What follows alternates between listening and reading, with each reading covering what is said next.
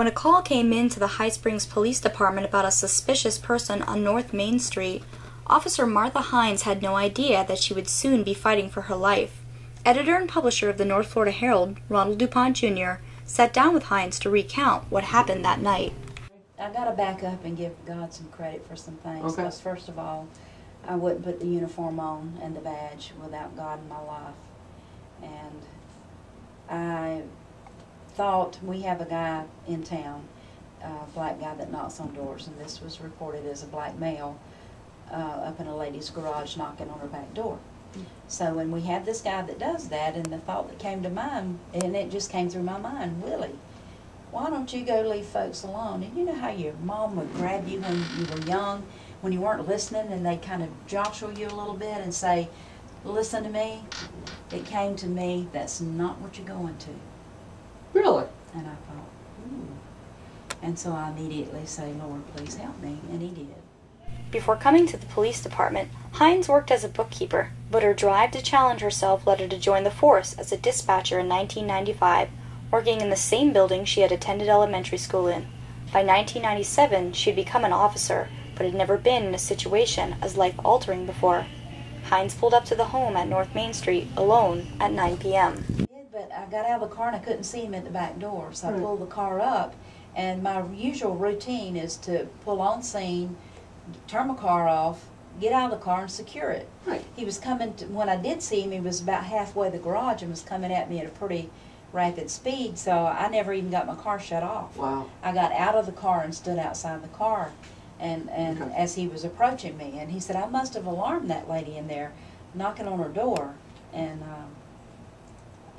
he said, I was supposed to meet a guy here by the name of Matt. And I said, Matt who? And he said, Matt Shepard. That really didn't mean anything to me, that name. And I said, well, what is your name? And he said, Fred Perdue.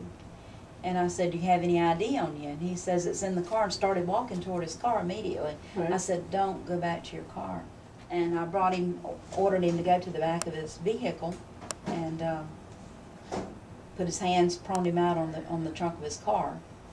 And I unsnapped my handcuff case, made one step toward him. He bounced off the back of that vehicle and Went at you. called me a bitch and hit me right there the first time. And I think that he had those cuffs in his hand. I don't know, I never saw the cuffs. But I think What's that guy doing walking around with handcuffs? Well, he's very evil. He's what is classified, I've had people classify him as a predator in counseling me and telling me that's not the average person. No, it's not. And so, but yeah, he had his own handcuffs. And so it was Johnny get your gun then. He knocked me to the ground, almost knocked me out, but wasn't able to. I was wondering if it hit you that hard, possibly with a piece of metal. I really believe that I never saw him, so I can't swear that he had him in his hand, but he lost him at that scene. So I'm thinking all the licks that he gave me, he had that in his hands, and he was kicking me repeatedly. And the first thing I did once I got down is I went for the radio, and somehow or another he knew exactly how you have to get the radio off, and he twisted it upside down, pulled it off from me, and threw it off in the yard. After Perdue fled the scene, Hines recovered her radio and called dispatch for help. I have been beat. Subject has left in that car with a stolen tag. Can you get rescue to me, please? You need backup up there? I've already been beat and he's gone.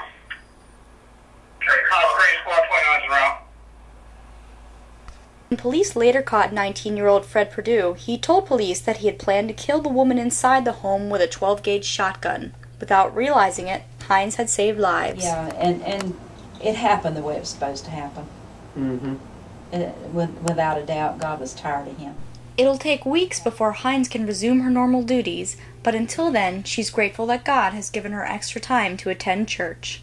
I'm Lindsay Smith, and this has been a production of the North Florida Herald.